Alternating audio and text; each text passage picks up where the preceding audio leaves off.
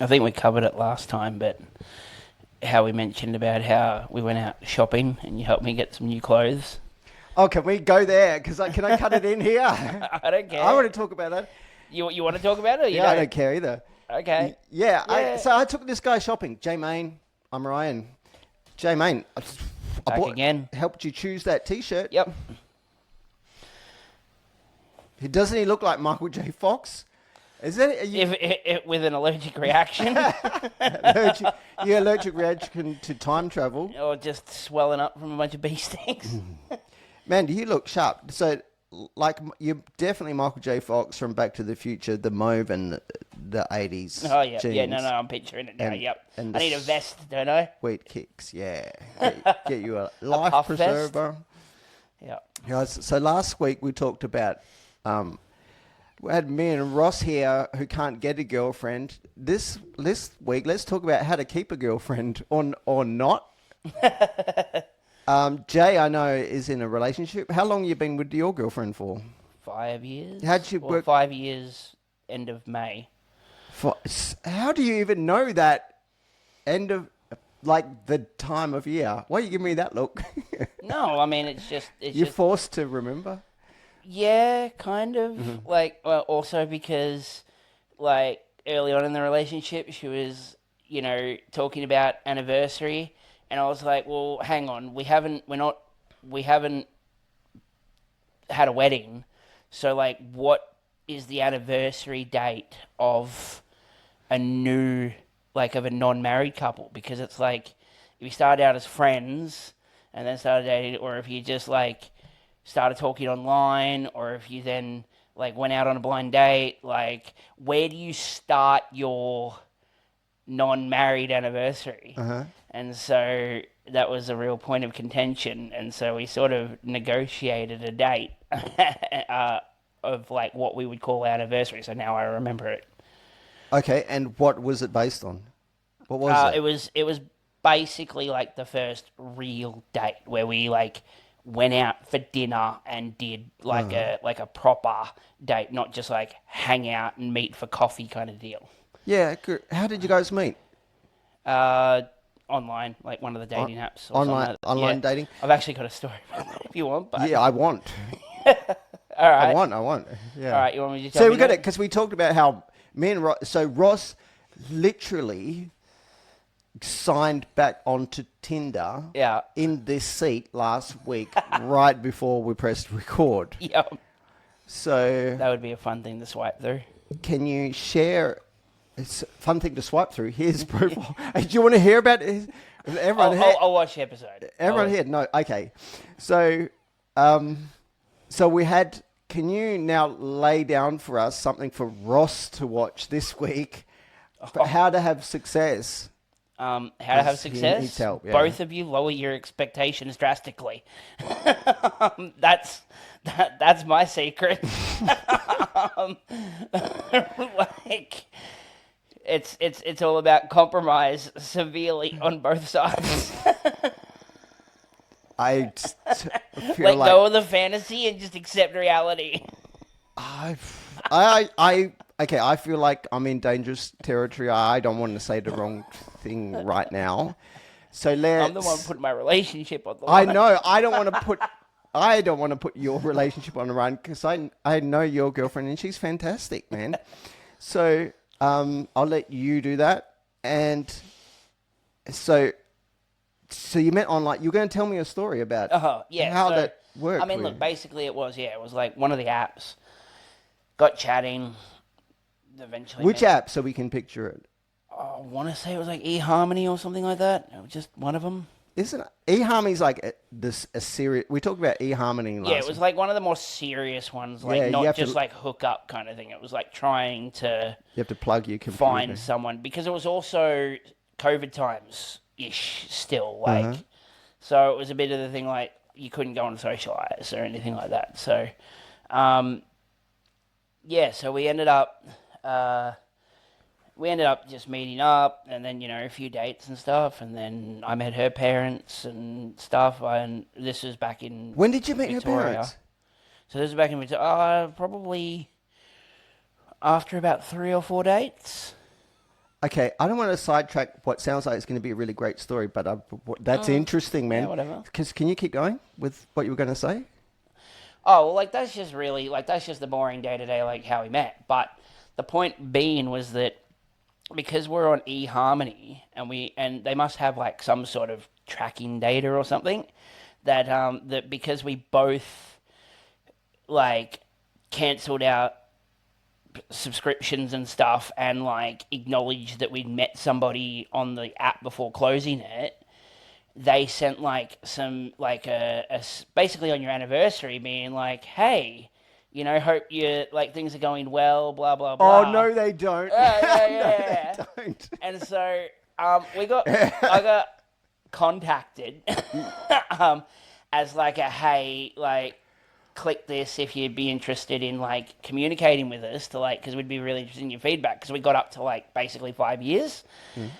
Um, and so they more or less interviewed me.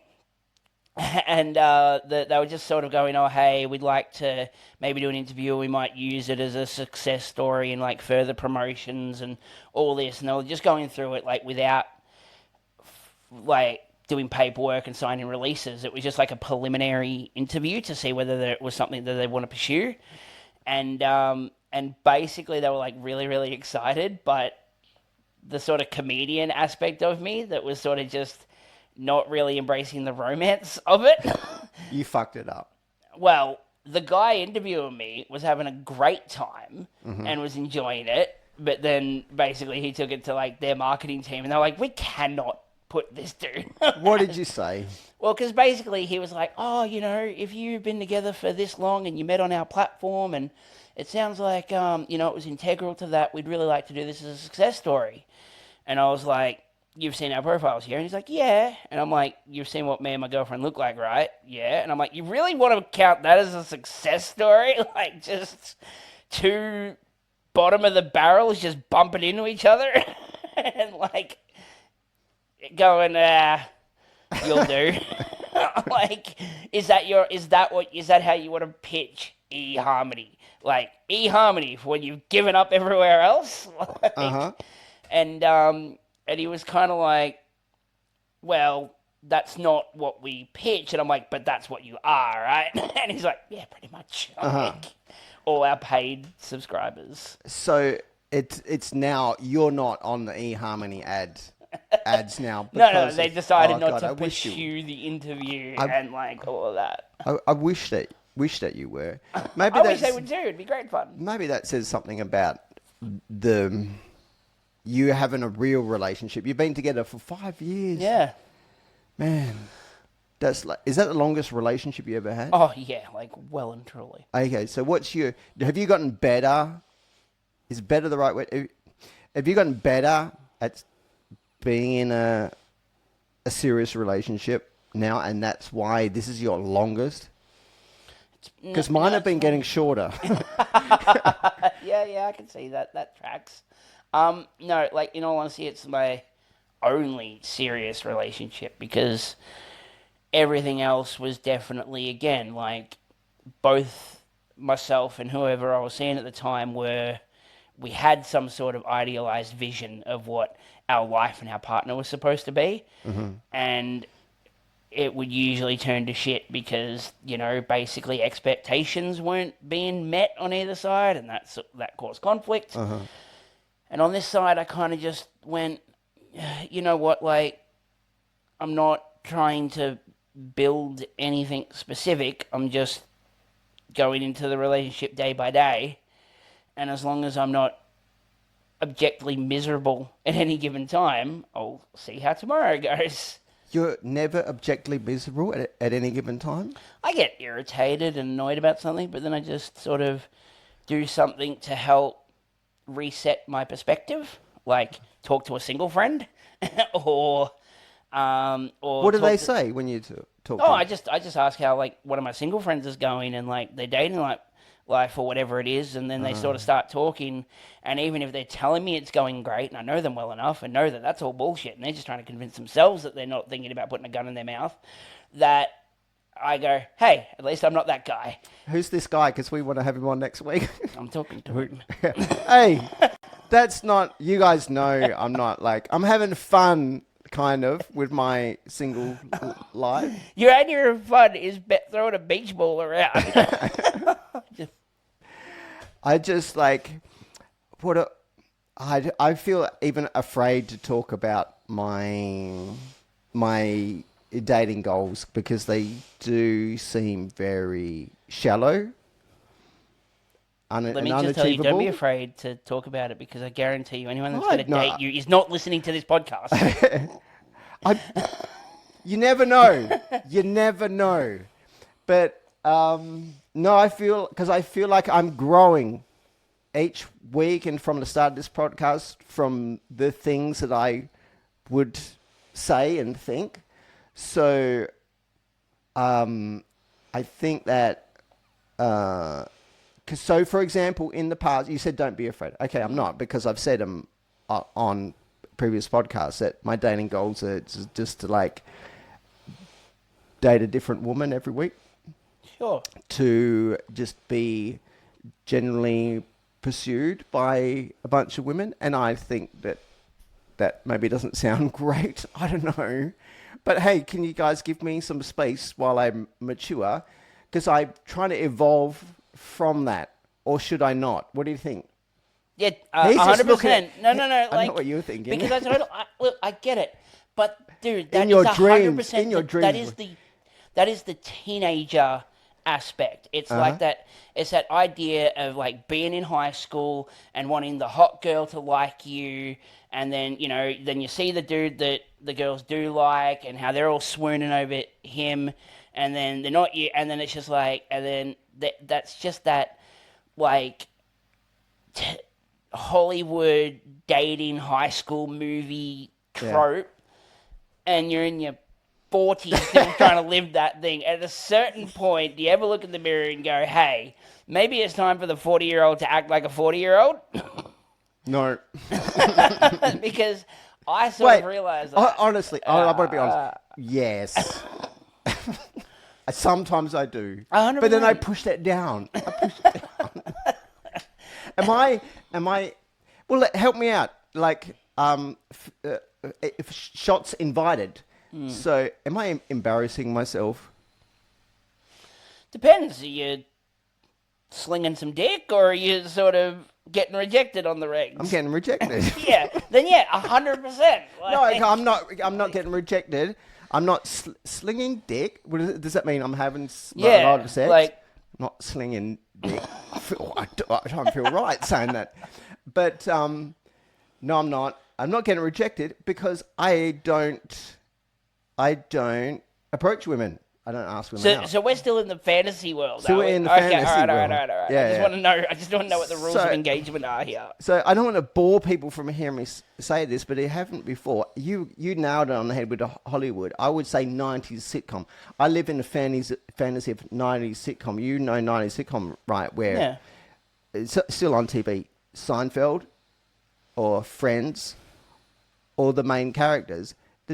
Dating a different beautiful woman every week. And so that's what I grew up with. So judge me, I invite you. But it taught me that what life is, the norm for life is for a normal guy, like even the loser George, dated, maybe not every week, but every second week was dating basically a supermodel.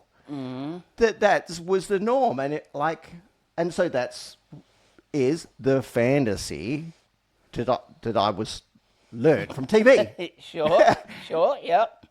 And I'm just saving up money to move to New York, where these TV shows are set. And you can live in the same fantasy alone in a dark room there as well. Probably, but I'm still lost in the belief of it. I don't want to sound like I'm talking down to you, because you do. I get where that was. And in my 20s, certainly that's where I felt like, it was where you wanted to be with the hottie and you wanted to feel like you were the man.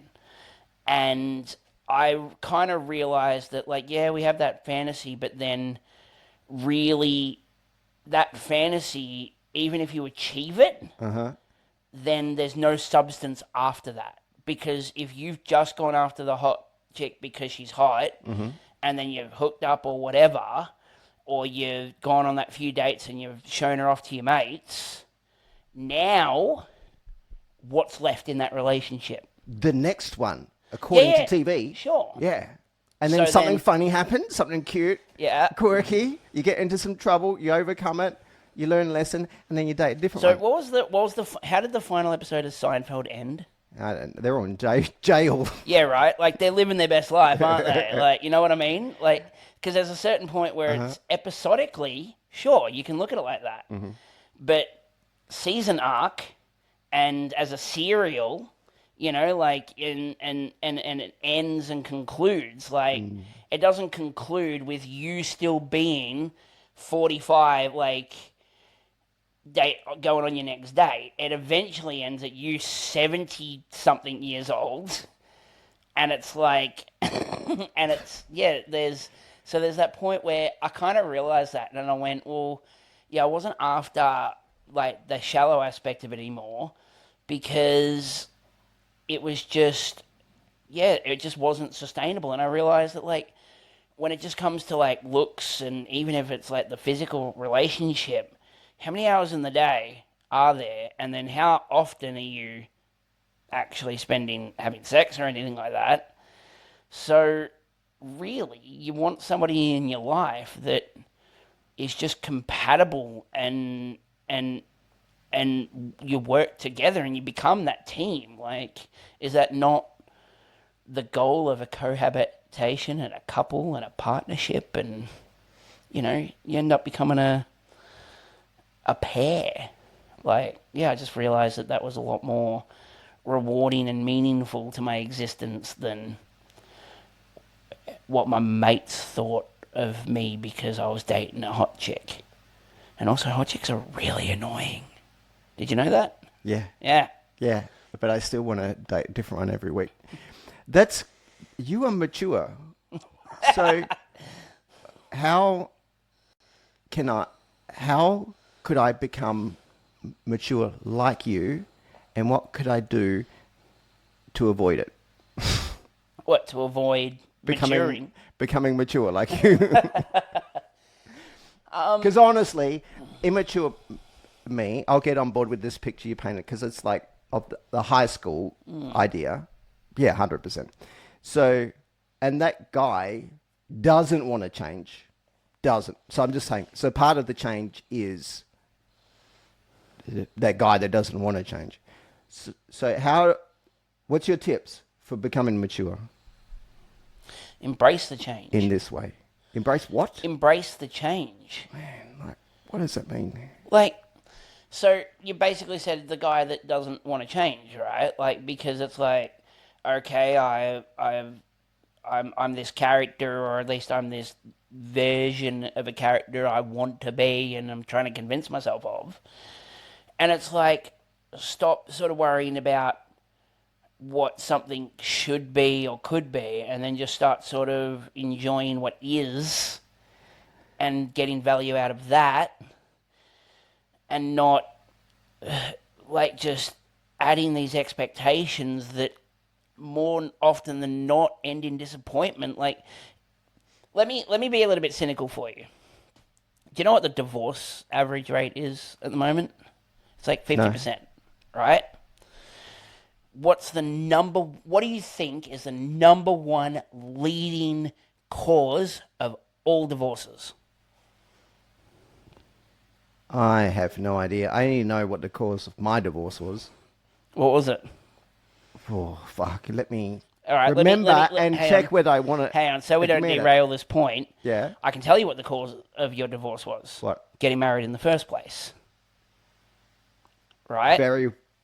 Can't get divorced if you're not getting married, right? So no one should get married. It's a different topic. Okay. But the point being is that, like, to risk divorce, like, getting married means that you're agreeing to the risk that it may end in divorce, or it may end in having that person by your side and caring for you and looking after you on your deathbed and Oh, having this beautiful life together. oh, I think we've just found it because that is much scarier to me. Because you have to acknowledge that it ends one day, right? No, the first thing you already said, the thing that was scary about having someone by your side all the time, the thing that was supposed to be the good one. No, but Ah, yeah, sure. Like, and I get that. Like, that is that aspect. hey, like so. It's responsibility. I don't think that you need to defend that Yeah. point because we're just discovering the thing that is weird about me is that I'm afraid of this, the picture you painted of like you've got someone committed to being by your side. Ooh, Oh no, it's like objectively awful sometimes. Like, I don't think you need to get on board with me. I'm like, no, I think you're saying something that everyone likes. no. But this is all right. So this is where it's complicated because you're not completely wrong, but there's you're not sort of chasing the truth of the situation. Like, again, literally last night, watching TV on the couch with the girlfriend. Girlfriend goes, I'm tired, I'm going to go to bed. She gets up, goes to bed. A few minutes later, I decide, you know what, I'm going to go to bed too. Have a quick shower first. I'm expecting her to be in bed. If she's not asleep, she's scrolling on her phone, minding her own business. I go into the ensuite to go have a shower. She's in there. And now suddenly, little miss who couldn't keep her eyes open a few minutes ago is suddenly full of energy and wants to talk to me and is telling me about these things that she wants to do. And I'm like, go away. I came in here expecting you to be in bed because you told me you were going to bed. And now you're wanting this interaction? No. And she was kind of like, she left a little hurt. But by the time I had the shower and got out and saw her again, she was like, yeah, no, I get it. Like, you're on a wind down. You're getting ready for bed. And yeah, she was like super chill about that because she realized that we had different energies at the time. And it just wasn't a conducive moment. And yeah, it was like, and it was a nice moment because that's when I think I knew I was with the right person, because if you do that to someone who doesn't have a bit of that emotional maturity, who then just now has this deep feeling of hurt and now feels vindictive against you for telling them to leave you alone when they just wanted to be affectionate, that's not good. So it's about, that's where I realized that it doesn't matter what they look like, how hot they are. My dad told me one day, mate, doesn't matter how hot she is, some dude somewhere is sick of her bullshit. So just be aware that doesn't matter how good she looks now, one day you're going to be sick of her bullshit. So you got to find somebody who gives minimal bullshit. It's not going to be none, but it just needs to be a manageable amount. And yeah, so like that's what's awesome about my long-term serious relationship is we don't take things personally. We understand that we can both be dickheads sometimes, and we address those issues. And it's chill. Uh-huh. I don't know. It's not perfect. I don't think that I don't want to feel like I'm bragging about it. No, I think maybe you can brag. It sounds like you're doing pretty good. Thanks. Have you thought about, do you give a lot of relationship advice? Like, I was a short, fat kid that started going bald in their 20s. But there was also humour and drugs and alcohol. So high school dating, that fantasy, like that 80s or 90s sitcom movie aspect, I had that, and it failed miserably. The girls at high school didn't want to know me. Hang on, I didn't understand what you were saying. I thought you had that. Oh, you had that fantasy. Yeah, that high school version. Like, I wanted to be in high school, though. I was age appropriate, right? And so all through high school, I got that little bit, sort of incel-y, sort of Captain Saberho mentality of like, through high school, of, you find the girl who got dumped or mistreated by the douchey guy, and then you're like, oh, you deserve to be with somebody who's going to treat you right, and Oh, they're like, yeah, I know, and you're like, hey, I'm that, and yeah, I was that guy, 100%, not gonna lie.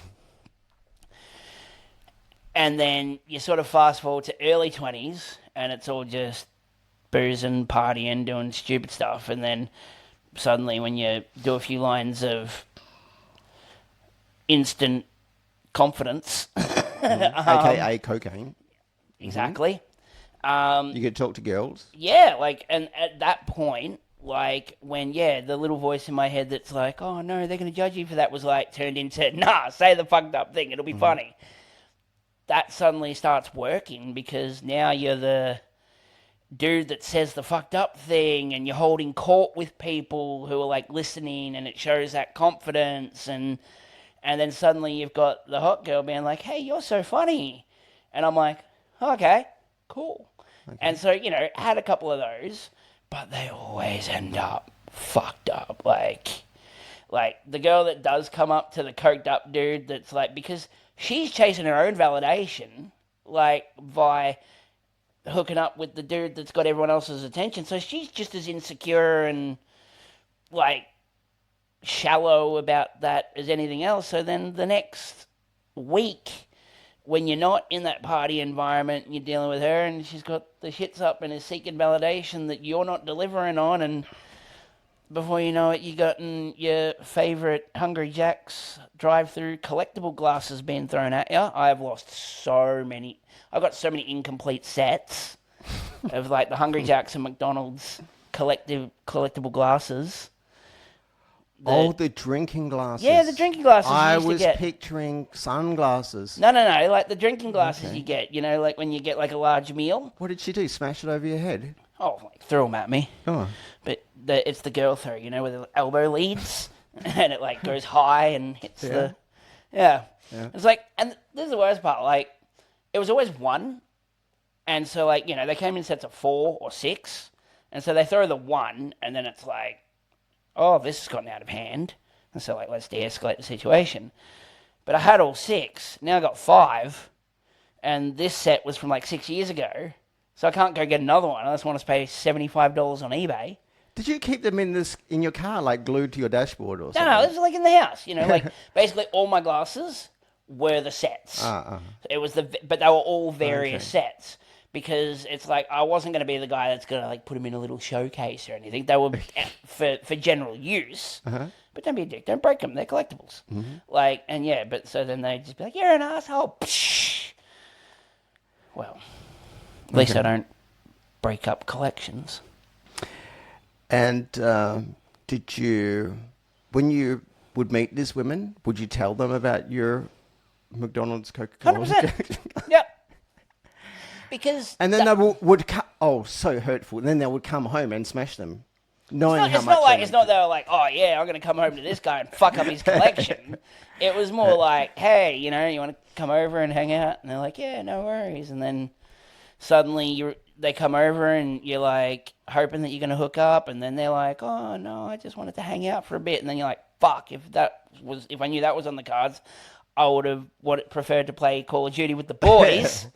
So then they're wanting to sit there for your attention, and then you're like, hey, I'm going to go play Call of Duty with the boys. And then you get 3 rounds in, and then you start hearing the angry stomp up and down the hallway. From a girl you've just met? Oh, like, this is like a week or 2 later. Still. After the party. Okay. Right? And then, yeah, inevitably, it's kind of like, and then, you know, you're kind of like, oh, okay, well, you know, I better go try to patch this up. But I'm also a smartass and really, like I understood it emotionally, but then I didn't care. So then, you know, I'm like, all right, cool, let's go out and eat or whatever, and then take them out to eat, and then you're listening to their, you know, story about, I don't know, whatever TAFE bullshit she was going through at the time for nail tech or whatever, and then I'm just like, oh my God, I'd rather be anywhere else than Nando's listening to you talk about this. Like, yeah, you're gorgeous, but I just don't care. go away. But I never really had the guts to like break up. Like I sort of was just like, oh, maybe it'll get better kind of deal. And then and then it would always just turn to shit because neither of you were really trying to get anything out of it. You're both just being self-serving at the time. And of course it ends in conflict. Well, when you describe it like that, then it makes total sense why you're so happy now we're in this relationship you've been in for. Admittedly, it can be a little boring, sometimes. But I realize that, like, I can bring my own excitement. She's, like, my missus is a great girl, and I can go, hey, I want to, like, do this fun thing. Like, let's go do that. And sometimes she might be like, oh, I never really thought about that. But she trusts me, and so she's like, hey, if you think it'll be fun, let's go do it. Like, we just drop this prejudging everything. It's just let go of the reins a little and, like, unless you've got intention. Like, yeah. Do you sometimes think about how you might deal with attention from women as you become more successful in stand-up 100%. Yeah. Well, because I've already got a story associated with that, and it's got to do basically with the end of high school and the early, like those early 20s, was that. So, I have a bit of a harsh stance on the kind of girls that you're talking about, because like end of high school, where I was, we had the sugar ban, where basically the school canteens couldn't sell processed sugar. So all the drinks were like those little orange and lime mineral waters, and there was no chocolate. It was all fucking yogurt biscuits and stuff like that. It sucked. Like all the good stuff. There was no Freddos, and so everyone's jonesing for their sugar fix. I lived across the road from the school, so I started selling cans of Coke out of a locker. And I was the school Coke dealer, right? And it was $2 a can. And now suddenly I found myself the hot, pretty girls that were like even a year or two above me were like coming over and being like, hey, and they're acting all flirty and playing with their hair and stuff, going, oh, I heard that you sell cans of Coke and chocolate bars. And I'm like, yeah. And I'm like, what do you want? And then they tell me what they want, and I go, it'll be this much. And then they're like, oh, I don't have any money. Like, it's, kind of stuff. Can I just have it this time? And I was like, no. And she's like, oh, I thought we were friends. I'm like, I've tried to talk to you no less than like 4 times, and you've literally rolled your eyes and scoffed at me in various classes or in school, and now suddenly I've got something you want. Suddenly we're friends? How about go fuck yourself? And you watch them just like hear no from a dude that they thought they had complete control over.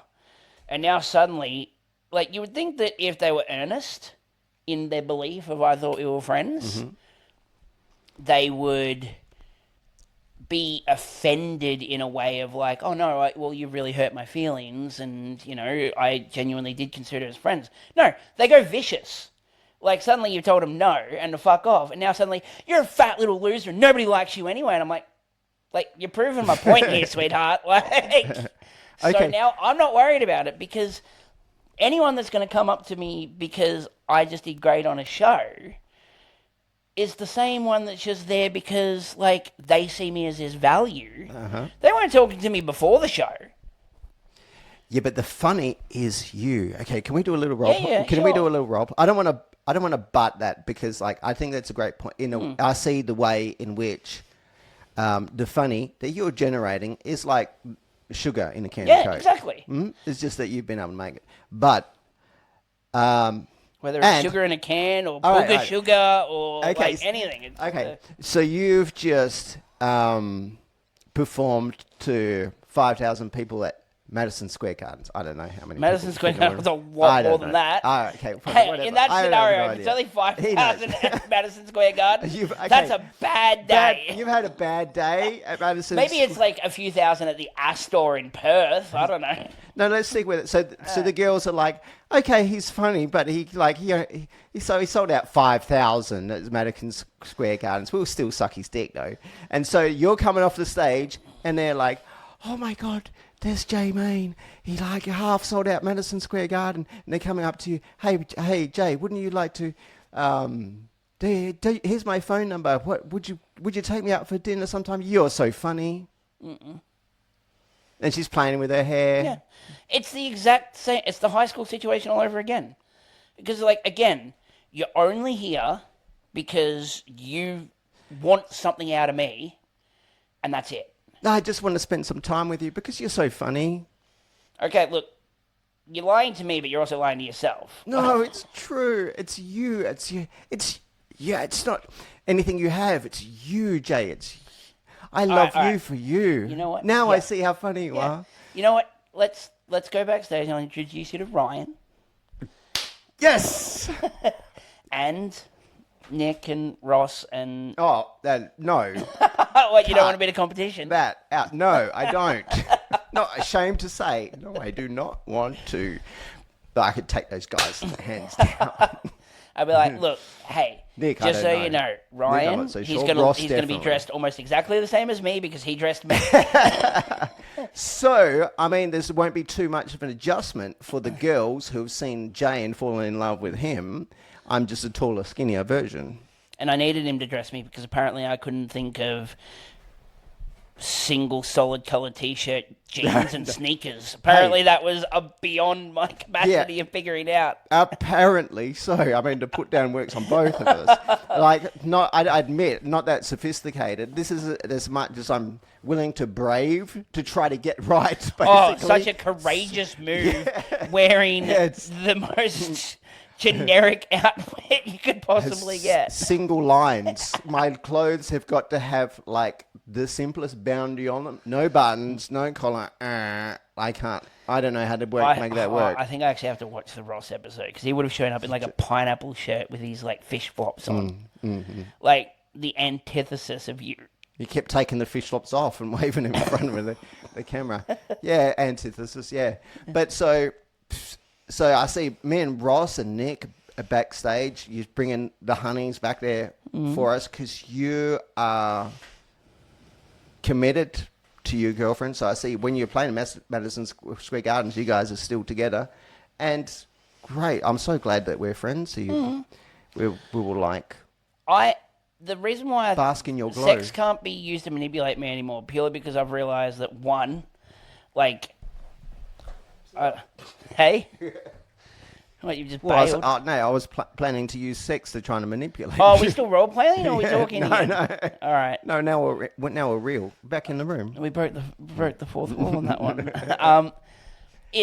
So basically, in your scenario, hotties are like, hey, let's go back to your green room. And I'm like, no, thank you. One, because I've got a good thing going on, and being a premature ejaculator, that minute and a half of like awesome is not worth risking the rest of my day-to-day life with an awesome partner. So hit the bricks. Bro, you just made me nervous, making me picture as a single guy wanting it and having chicks coming, hey, will you take me back to the green room? Oh my God, now it's like watch me sweat at the pressure to perform. In that situation, because I don't, despite what I said earlier, I get super nervous about casual hookups. So, yeah, man. I don't know about premature ejaculation. I don't know if I can get it up when a beautiful woman is. I'm just having a fantasy right now of being like, what is it? You actually successfully having a casual hookup, but knowing that you're going to get in your head shortly leading to the bedroom. You'll be like, hey, I'm not accusing you of anything. This is just a thing to help me get through a mental block. I need to hand over cash to you first, so I'm able to perform immediately after. You can give it back afterwards, but right now, just so my body knows what the situation is, I need to pay you up front. A lot of truth in that. That might work, and that is an idea I might actually use. Just put $200 on the nightstand. A little bit more expensive than having a couple of Cialis in the back pocket. Yeah, it's like... But then I know I'm on my time. Yeah, right. Let me ask you this. Again, I feel like... so when it came to like dating and that transition, have you heard of a thing called boyfriend dick? No, what's that? So this is something that I learned through female friends and co-workers and stuff, is that, we've all grown up with this obsession over like dick sizes and all this sort of stuff. And then I heard this conversation about girls talking about boyfriend dick, which is the guy that's got a size that is good for regular, everyday sex. Not the hookup that makes it hard to sit down for the next day or so. Because you don't want that in your life, because that's just going to be an unpleasant existence. And so when I heard this, I was like, it like really helped me with my insecurity aspect of it. Because it's like, again, not going to lie about anything. Got nothing to brag about. But then I went, I'm boyfriend dick. Like, I don't have to compete with my stud mates who are just jacked athletes and everything. Like, be the funny fat friend and just accept what life is. And then when you're talking about things and you're not obsessing over what you're not, and you tell a girl, like, yeah, no, I'm just the funny fat friend. Hey, this is fun. Like, this is cool. You want to hear this? Like, hey, I got the story about this time, and you can hold court, and then you admit, yeah, hey, sorry, honey, you don't want to hook up with me tonight. 1, best case scenario, I got what they call boyfriend dick, nothing to write home about. 2, probably not going to last as long as you want it to. That's a sign of vulnerability, and if you're confident enough to say that out loud, you'll probably get better results than you think. Yeah, man, that's what that's what you got, is that you're being funny, you're being confident, and you're being vulnerable. And guys don't. What am I trying to say? Guys don't know or admit it that that you want to be cute and vulnerable, and women, for some reason, don't make it obvious that that's a secret. I don't know. Do women not know it themselves, that they love it when we've been all fucking... I'm shooting myself in the foot, because the next time I meet someone and I'm being cool and charming, they're going to call me out on bullshit. Ryan, you're just fucking manipulating me because you just try to teach yourself how to be confident. I'm not that confident or charming yet, so give me a break. But you know what I'm talking about. Like, why do women don't go shouting from the rooftops, hey, just...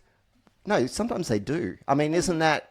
Talking about sitcoms, what was that one with the 3 chicks? Are they in the New York Sex and the City? Yeah. Weren't they always talking about, it was both. They would talk about, what did you call the boyfriend dick? The other one from that? Yeah, and then one of them would be like, that sounds disgusting. We want the studs? Yeah. No, we want them to be vulnerable and cute and blah, and fit in our handbag. You ever notice that with Sex and the City, this actually brings up a point that I'd love to talk to you about. I've never seen it, but I know about from all the cliches that's talked about in movies and TV shows. Like, the 3 main women basically represent exaggerated versions of a female archetype. Yeah. So you've got the professional, and then like the slutty one, and then like the emotional one. But the whole reason why that show works is because the key audience can relate to any given character at any given time, because it represents an element of their personality. So to simplify it down to any one attribute is not going to work, because it's more complex than that. But in your question of like, do women know or anything like that, it's the same for guys and it's the same for girls. But I've got friends now who... Guys don't know, though. Definitely don't know to be vulnerable Can we do a 3-way podcast, one episode? Because I want to. I'm not going to sidetrack you. No, you're right. And bless Ross Gear. He's an amazing friend and very funny. But I want to. He's got this golden opportunity to learn some vulnerability while I'm still only 26, and like, Yeah. and like slay it with ladies. You're going to say what? Well, like, so with the Tinder aspect is I had this friend for a while who is objectively a stud. Like, he was an actor, model. You talking about me? He's who you wish you were. Fuck it, right? no. But I mean, this dude literally went like overseas, didn't book any accommodation. Just the second he landed, open up Tinder, and would like go and hang out with his friends and stuff. But then basically just find a Tinder hookup and then go to their place that night. Yeah, in Thailand, that was me. Yeah, but he wasn't paying for it. Like, he was just hooking up and then meeting his mates the next morning, and like literally didn't pay for a night accommodation anywhere. And was just bouncing from Tinder to Tinder, right? Good looking dude. Now, he's obviously doing this, but he had that look, right? So, he tried to like set up my Tinder profile because he's obviously a ladies' man, right? But he only knows how to work with his equipment No, of it's not going being to work. a stud, right? And then you go and take your Tinder profile to like a girl that you think is cool, that you really like, and you give it to them to be like, hey, set that up. They will fuck it up so badly. And I don't mean this insultingly, but every time I've seen a guy or a girl try to set up a guy's profile, they pick the photos that they want to like, not the ones they actually like. And they basically try to build this image of a guy that they want, but would never actually swipe right on. Like, it'll be, oh yeah, I want to like do this post, like do this photo because it shows that you like sports and outdoor activity, and then it's like show this, like do this to show that you like that you've got a dog or something like that. And you get these like women who will set it up like that, and then you get no swipes, and it's basically because the version is like, oh, it's a fishing photo. That's all he's got, and they just immediately like swipe off because it's like, oh, you're just a guy that's going to be out fishing all the time. It is so hard for women actually to give men clear and helpful advice for what to do with women, and I don't know what it is, whether it's a secret that every woman on the planet decides to deliberately keep, or that's somehow mentally incapable. You know what I'm talking about? Because it extends outside of this thing for helping them set up dating apps. That's something I want to hear about more, but that's all we've got time for, unfortunately, because I've really started to feel like this so it doesn't sound so one-sided? Yeah. I've been the guy that set up a girl's profile, and it's gone well, purely because my aspect wasn't like, all right, we are going to ignore any ideology side of it, and we're just going to go pure fact that is set for the male brain. And I was like, immediately, either show up in your first photo, this is for the girl, whatever your best asset is, whether it's boobs or butt, it needs to be visible. Doesn't have to be grotesque, but you just want the guy to go, oh, okay, yeah, all right. Oh, she's got a nice ass on her. Because then he'll at least look further into the profile. And that's all you need to do, is to just not get immediately rejected, and like by being in a freaking librarian costume and being boring. And then in your thing, don't do the thing that you want to, that you think they're going to like, hey, I like Star Wars movies because you've watched 3 of them and you can sit through them. If you say I like Star Wars, you need to have watched the animated series and all this sort of stuff, because that's what the guy who's going to see that is hoping you are. Just be honest. Just, what do you actually like? And she was like, no, I genuinely like Pokemon. And I'm like, then admit to that.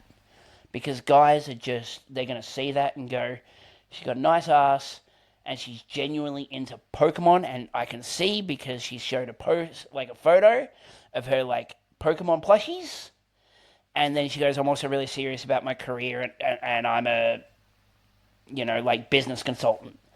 And then just another thing that just says, this is what I do, and it's like awesome. And she was like, immediately went on like 4 dates and was like, these guys are all awesome, and I don't know which one of them I like more. None of them are dickhead losers because it was filtered. You found the horny guy, but then lost it at the career aspect because he's like, no, she's too smart. Like, she's not going to deal with my bullshit. Copped a few of the loser Pokemon nerds that are just like, yay, I've got my Pokepal. It's like she's found the guys that sort of accept the whole package and are interested by the whole package, not just one little aspect of it. So it's an encompassing thing, and I'm like, hey, if we all sort of acknowledge it from both sides, like, I'm short, fat, and bald, but I care about my partner's feelings. I'll look after her, and like, for every pro there's a con. Like, it's not just min-maxing. Short, fat, and bold. I think that'll be written on your Pokemon card if you were a Pokemon. 100%. Tinder profile, kind of the same thing. Yeah. Maybe in the future, Jay can come on and will help me set up my Tinder profile. That's a lot of pressure, but sure. You helped me dress like an adult. Well, put that. I dress comedians. Probably the best thing that'll be on there. That's all we got time for. Thanks for coming. Thank you very much. Thanks for having me. Yeah, you're welcome. Thanks for being here. Bye.